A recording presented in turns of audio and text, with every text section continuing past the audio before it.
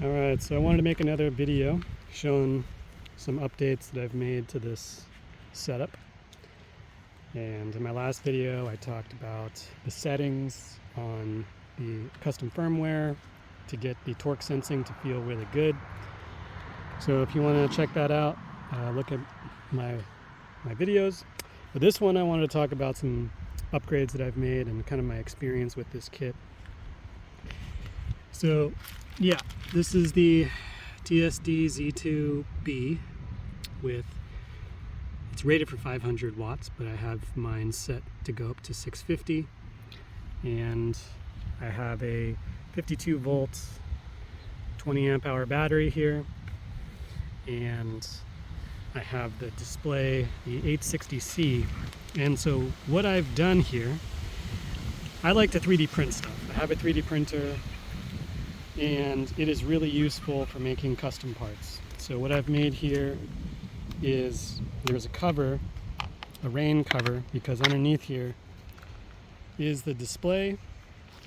And then I added this piece. This is 3D printed, and it's holding a temperature sensor. And you can see the wire is going down, and it actually goes inside of the case, and the sensor is on the side of the motor. And the reason why I did that is because it was just a lot simpler. I tried to add the temperature sensor on the motor and then have the firmware itself show the temperature readout, but I just couldn't get it to work. Maybe my kit is, I don't know, the firmware might have some issues or whatever. I couldn't get it to work, and I almost lost my mind trying to figure it out. So I said, screw that. I'm just going to add an external temperature sensor. And the nice thing about that is because it's not using the throttle input, I can actually have a throttle now. So I can have a throttle, and this is the temperature readout. So you can get this on Amazon. It's powered by USB, and so I custom made this housing to attach, and then I custom did the wiring that the USB actually plugs into the display. You can't see it because it's connected in between them. And now I have a temperature reading, which I know is accurate. I've cross-checked it with another temperature sensor, so right now it's reading at 19.4 Celsius. This one only reads in Celsius, I think. Or actually, I think you can make it read in Fahrenheit, but I wanted it in Celsius because it's just more understandable to me in terms of the motor temperature. Because if this gets up to 100 Celsius, it's a problem. If it gets up to 80 degrees Celsius, that's when I need to stop writing, and it's never gotten up that high. I think the highest that I've gotten this up to is 65 degrees Celsius, and that's, running the 650 watts. And I love this setup. This piece right here, this temperature sensor, was like $10 on Amazon. And then I spent quite a bit of time custom 3D printing this. That was not easy. But if you have the skills to do it, I highly recommend getting a 3D printer and making stuff like this, because now I printed this, so this protects it in the rain, just snaps on, and I don't have to worry about this thing getting wet. Everything is kept nice and dry underneath there. And it looks pretty good, in my opinion. It's not perfect, but it looks pretty good. And yeah, I love this setup. The only problem is I had my torque sensor fail on me.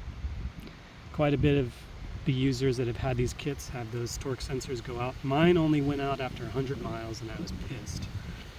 I couldn't believe that it went out so quickly. But I ordered another one. It was about $90 shipped from China, and it's not too difficult to swap it out. So I did that, and it's been running great ever since, and I have another 100 miles on it. So yeah, I'm not entirely sure what happened to the old one. I tried to figure it out. But yeah, I've tinkered a lot on this thing, and now I have it in a spot that's really good. It works, it runs really well. The settings feel really good. It has a temperature reading now, so I know if things are getting weird. And yeah, I highly recommend this kit. It's quite a lot of fun if you're willing to tinker and if you're willing to possibly have to fix things occasionally. But in my opinion, this is, for me, the perfect e-bike. It's capable, it has suspension, it looks good, it's fairly quick. I have it actually speed limited to 20 miles an hour because for me, riding faster than that is not really practical, and it helps with efficiency because this thing, if you set it at 20, it just does everything. I just cruise at 20, it's managing the output. And the nice thing that I have this set up on the custom firmware is that I can actually see the efficiency. So when I'm riding, the watt hours per mile, I know that I'm getting good efficiency if that's anywhere between 10 and 14 watt hours per mile. If I go above that, then, you know, the battery's not gonna last as long. But I'll just show you how that adjusts. So I'll ride this a little bit. I'm on setting 5, so it's putting out all of the watts, you know, but with a torque sensing kit, it's really easy to ride. It's not jumpy. I have this thing doing all the monitoring, and yeah, you know, it just does what it does. It doesn't take any brain power to ride this, and it's really fun. So you'll see in a moment that watt hours per mile is going to update.